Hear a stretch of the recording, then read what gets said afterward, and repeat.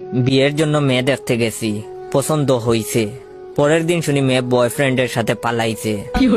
দ্বিতীয় মেয়ে দেখতে গেছি, গ্রামে ঢুকতে পারি নাই। মেয়ের বয়ফ্রেন্ড দল বল নিয়া কইল গাড়ি ঘুরাবি নাকি বাংমু।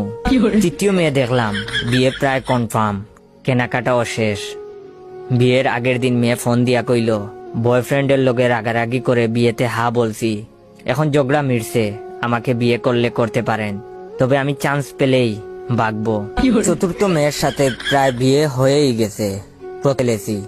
দ্বিতীয়টা বলার আগেই মেয়ের বয়ফ্রেন্ডের অতর্কিত হামলা, লাঠির বাড়ির চুটে গাল অমনেই হা হইয়া আছে, 3 হাত পা ভাঙছে, হাসপাতালে নেওয়ার কেউই ছিল না। পঞ্চম মেয়েকে দেখতে আমাকে হাসপাতালে রেখেই বাপ মা মেয়ে দেখতে গেছে। মেয়ের বয়ফ্রেন্ড হাসপাতালে আইসা আমার বাকি পাটাও ভাঙছে। আপনারা আরো অ্যারেঞ্জ ম্যারেজের আশায় বইসা থাকেন, প্রেম কইরেন না।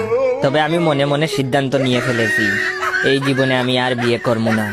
তবে আপনারা কমেন্ট করে বলবেন আমি কি ষষ্ঠ মেয়ে দেখতে যাব নাকি এভাবে সিঙ্গেল থেকে মরবো।